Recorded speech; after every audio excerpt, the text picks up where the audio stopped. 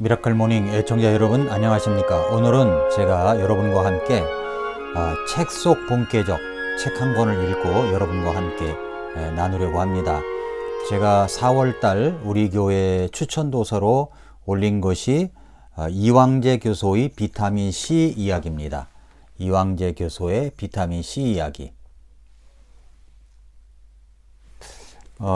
이 책은 제가 우연히 동영상 강의를 듣다가 비타민C 이야기를 듣다가 정말 비타민C에 대해서 제가 너무나 모르고 있었구나 라고 생각이 들어서 이분이 쓴 책을 나온 지 얼마 안 됐는데 이 책을 읽게 됐습니다.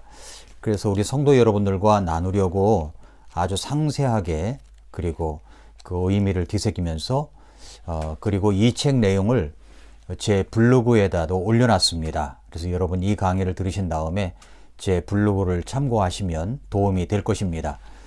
이왕재 교수의 비타민C 이야기. 이왕재 교수님은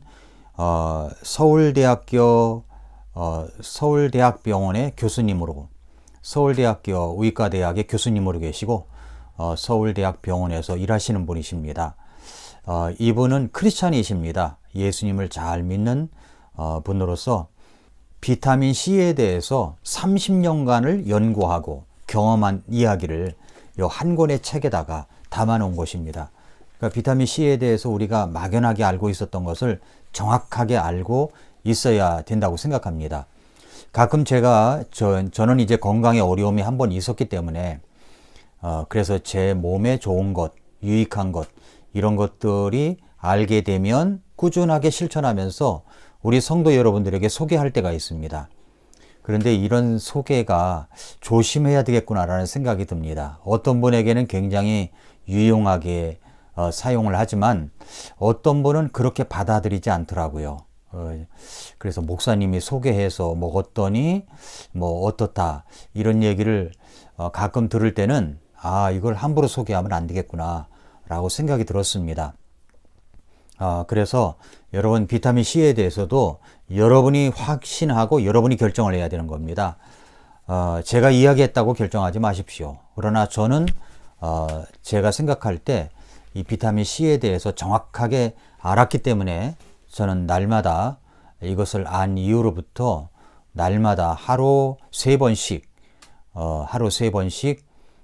매일 식사를 하면서 식사 직후에 바로 이것을 먹습니다. 그래서 오늘은 비타민C에 대해서 한번 같이 나눠보도록 하겠습니다. 근데 여기에 목차를 보니까 이런 내용이 나와요. 비타민C가 왜 중요한가? 한눈에 보는 비타민C 이야기. 왜 비타민C가 부족하면 쉽게 죽는가? 왜 비타민C를 사람만 합성하지 못하는가? 왜 비타민C의 적정량 기준은 제고되어야 하는가? 왜 비타민C인가? 왜 비타민C냐? 라는 부분을 1부에 이야기했고 2부에는 생명의 파수꾼이 비타민C다. 그러면서 노화와 비타민C, 위장과 비타민C, 스트레스와 돌연사, 면역, 운동, 그 다음에 방귀와 비타민C에 대해서 이야기를 해놓습니다. 그리고 3부에는 비타민C, 건강의 파수꾼에 대해서 이야기를 하는데 감기와 비타민C, 대장암과 비타민C, 동맥경화성 혈관질환과 비타민C, 고혈압과 비타민C, 당뇨병과 비타민C, 암과 비타민C, 간과 비타민C, 치매와 비타민C, 피부와 비타민C 이렇게 이야기를 합니다. 저는 이것을 보면서 생각나는 성도님들이 있었습니다. 이것을 우리 어떤 성도님이 좀 봤으면 좋겠다, 들었으면 좋겠다 라고 생각이 듭니다. 누구라고 이야기는 하진 않겠습니다만은 한번 여러분이 들어보시고 판단하시기 바랍니다. 그럼 비타민C 제4부에 대해서는 비타민C를 어떻게 먹어야 되느냐, 그리고 비타민C에 대해서 나쁘게 이야기하는 사람도 있습니다. 잘못 이야기하는 사람도 있습니다. 비타민C에 대한 오해와 진실에 대해서 제5부에서 이야기하고 있습니다.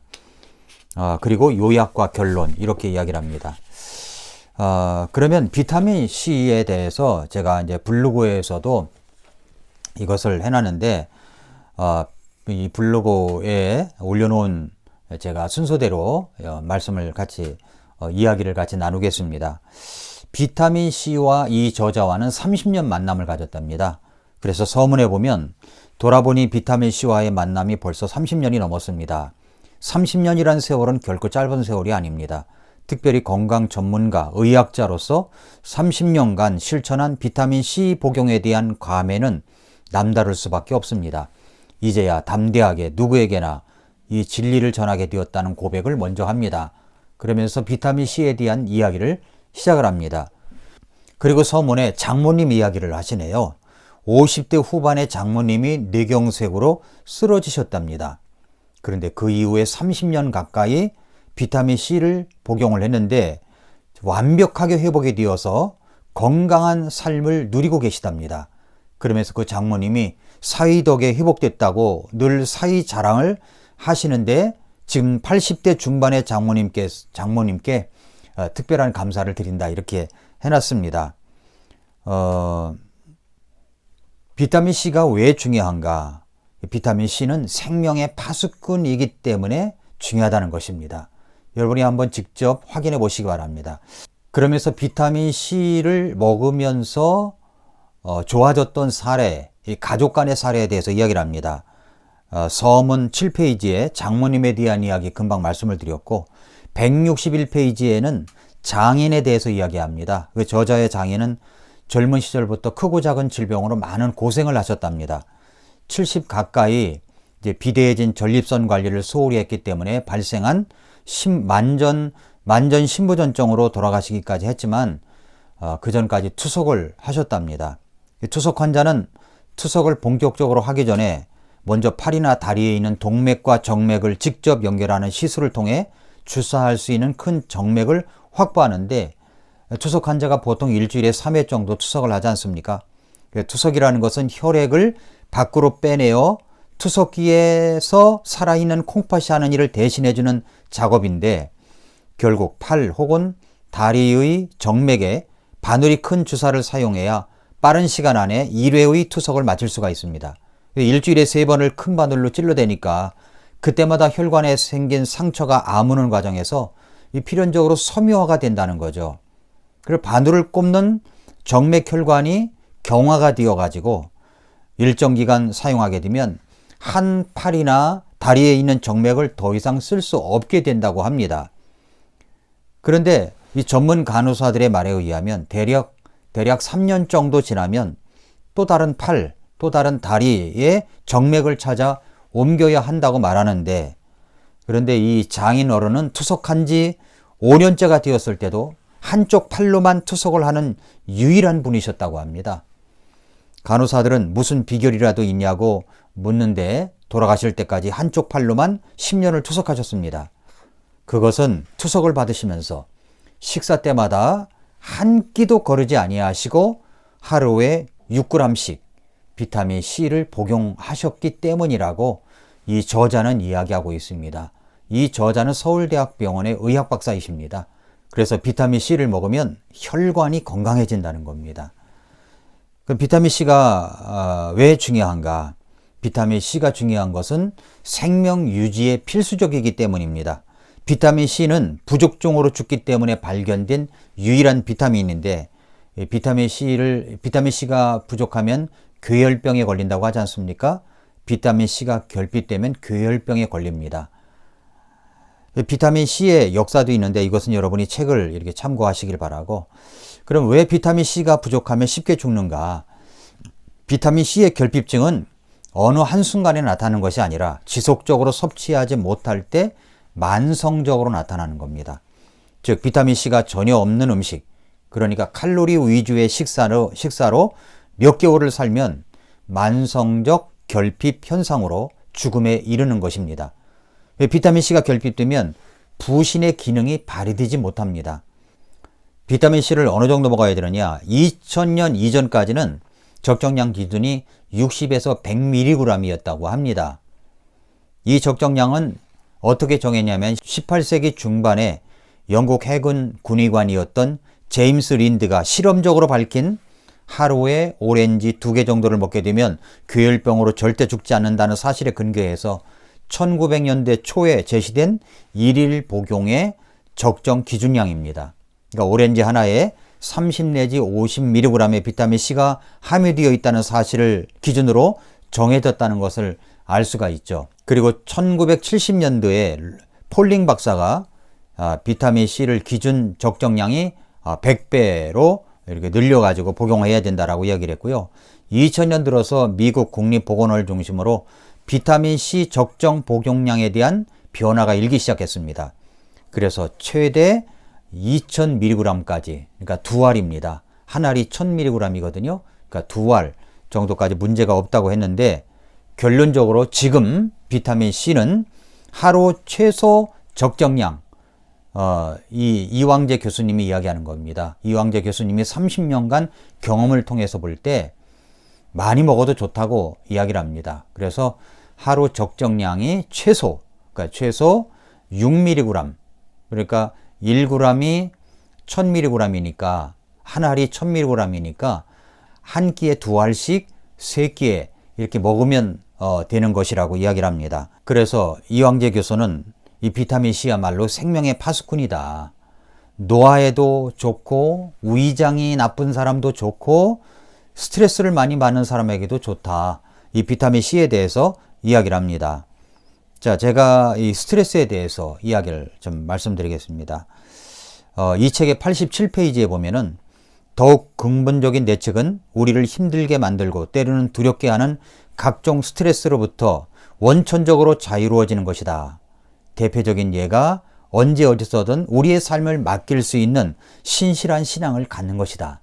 그러니까 스트레스를 예방하고 스트레스를 대비하는 길은 바로 신앙을 갖는 것이다.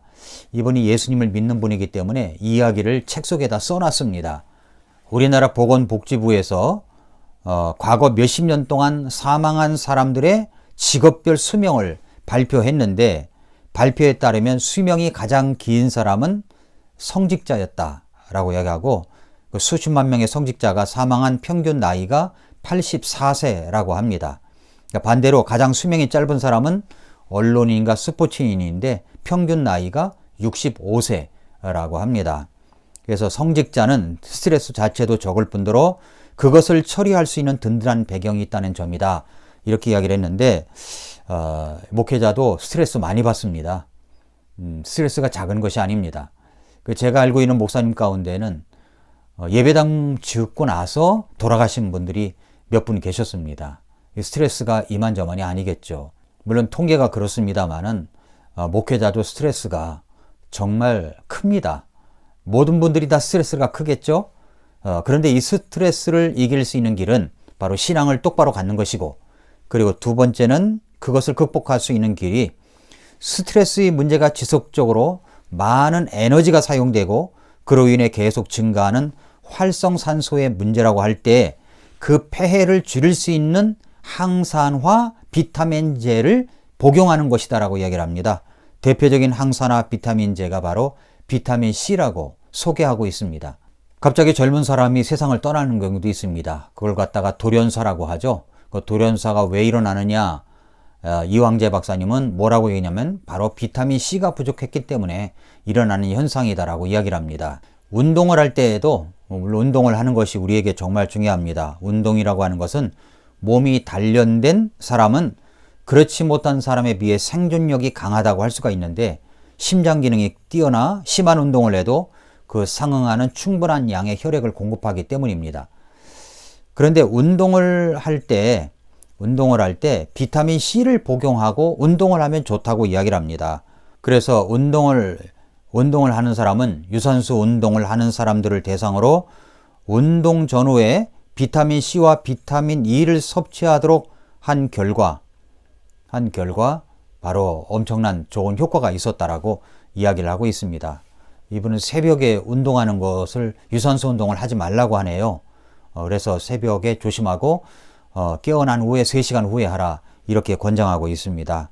그 다음에 이제 건강의 파수꾼 비타민C에 대해서 감기, 대장암, 동맥경화성 혈관질환, 고혈압, 당뇨병, 암, 간, 치매, 피부에 대해서 비타민C와 연관된 것을 이야기하고 있습니다. 감기 예방에도 비타민C가 좋다고 합니다. 감기 증상이 일어날 경우에는 비타민 C를 3시간 간격으로 복용을 하라고 얘기합니다. 그러면 감기가 예방될 수 있다라고 이야기를 합니다. 또 대장암에 대해서도 비타민 C에 대해서 이야기를 하고 있고요. 대장암에 대해서도 비타민 C가 좋고 동맥경화성 혈관 질환에서도 비타민 C가 좋다고 이야기를 하고 있습니다. 고혈압도 마찬가지입니다. 당뇨병도 있죠. 당뇨병. 이 당뇨병에 대해서 우리 이황재 박사님의 장인 장모님도 평생 고혈압 치료를 받아 오셨는데 장인의 경우에 망막동맥에 심한 동맥경화로 한쪽 눈에 부분적 시력 상실이 왔답니다. 당 조절이 안 된 경우 부작용으로 인해서 동맥경화가 생기면 막히게 되는데 그 결과 망막질환, 콩팥질환, 다리의 문제로 나타나는 경우가 많습니다. 장인도 그렇다고 합니다. 한쪽 눈에 망막동맥에 심한 동맥경화로 한쪽 눈에 부분적 시력 상실이 왔다는 거예요. 그런데 비타민 C를 열심히 복용해서 70에서 80%나 잃었던 시력을 거의 완벽하게 회복을 했다고 합니다.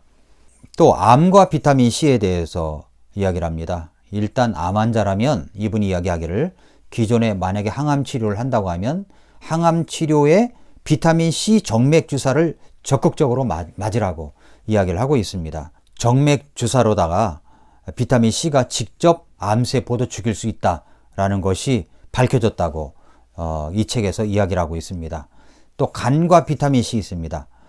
이번에 장인 어른 이야기를 또 하는데 장인 어른이 크고 작은 질병으로 고생을 많이 하셨다고 했죠.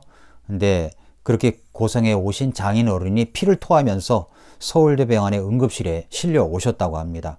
중환자실까지 가고 출혈이 있는 식도혈관들을 지혈시키기 위해 담당 인턴 선생과 밤을 새우며 고생을 했었다고 하는데, 근데 강경변이 오면 간이 경화가 오면서 소화관에서 유래하여 간으로 몰려가던 많은 정맥혈이 간으로 들어가지 못하고 우회로를 택하게 되는데 그곳이 바로 식도정맥입니다. 그 평소에 적은 양의 혈액이 지나가는 식도정맥에 간에서 우회되어 오는 혈액이 몰아닥치니까 그 양이 많이 늘어나게 되고 시간이 지나면 식도정맥의 수용 한계를 넘어서기 때문에 정맥이 확장이 된다는 겁니다. 그 결과 정맥벽이 점점 얇아지면서 아주 미세한 부딪힘에도 혈관이 터지는 일이 발생한다는 거죠. 게다가 간이 나쁜 환자는 응고 시스템에 문제가 생기기 때문에 혈관이 더욱 약해질 뿐만 아니라 응고가 잘 안 되어 지혈도 어렵다는 겁니다. 그 가운데서도 이 장인어른이 비타민 C를 꼭 복용을 했다는 겁니다. 이 저자도 1987년부터 본격적으로 비타민 C를 복용하고 그리고 장인어른께도 1987년부터 권해드렸으니까 1년 가까이 비타민 C를 드시고 계신 때였는데 유난히도 이 장인어른은 사이가 말하면 아주 잘 들으셨다고 합니다. 그런데 어떤 일이 벌어졌느냐. 그 당시 주치의였던 국민간박사 김정용 교수가 이황재 박사님에게 자네 장인어른은 좀 특이하시네 라고 이야기하면서 저렇게 빨리 출혈의 문제가 해결되기 어려운데 이렇게 이야기를 하셨습니다. 그러면서 2002년에 어느 날 이제 김정용 교수님이 이황재 교수님을 부르더니 이제 장인어른께서 간 때문에 더 이상 병원에 오실 필요 없네. 간 기능이 이제 정상이 되셨네. 라고 이야기를 하셨다고 합니다. 그러니까 이 간에도 비타민 C가 좋다는 것이 증명이 된 셈이죠.